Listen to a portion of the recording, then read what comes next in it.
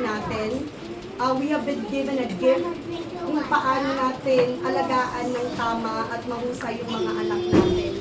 And just like what I said, kung ano yung tinuturo dito, parang kung ano na yung itinuturo din ng church.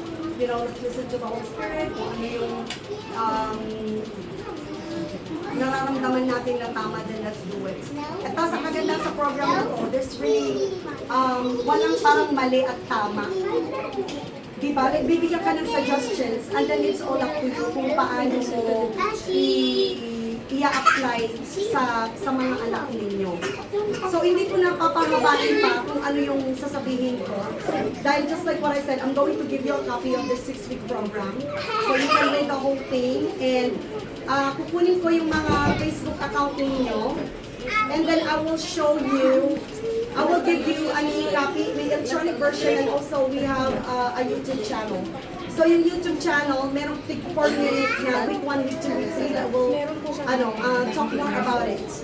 Para mas easy ninyong maintindihan. So i-share ko yun sa inyong lahat. So, meron pa po ba kayong karagdagan, katanungan? Meron pa ba before we end?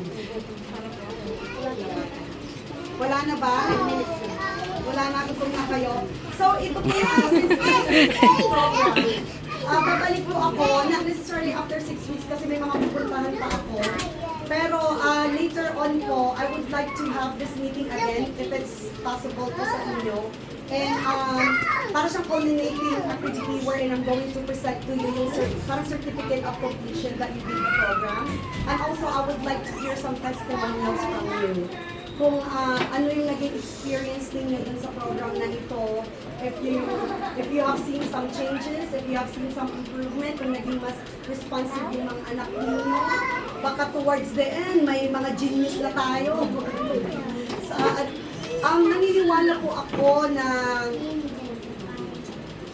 we are all precious children of God.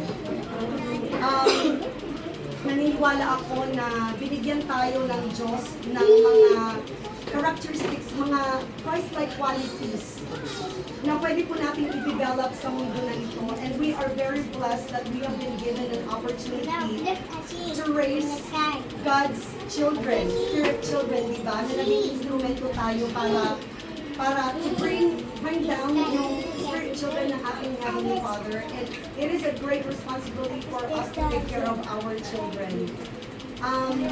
Naniniwala po ako na if we do our very best, kung makita po natin yung mga anak natin the way Heavenly Father and Jesus Christ see them as precious children of God, na alam ko na minsan, because I also feel this sometimes sa mga anak ko na nagduma kasalakayan kung saan nabok ko dahil sa, di ba, nagduma nagbangan and all of that.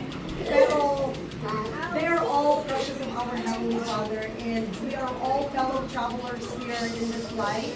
And alam ko po na if we are going to do our best, listen to the Holy Spirit, keep the commandments, and try to follow the example of our Lord Jesus Christ, we will accomplish po yung kung ano po yung gusto mangyari ng Diyos para sa atin, na tayo ay naging co-creators ng Diyos, di ba? Kasi ibinigay po sa atin yung responsibility to take care of our own. And I give all of this in the name of Jesus Christ.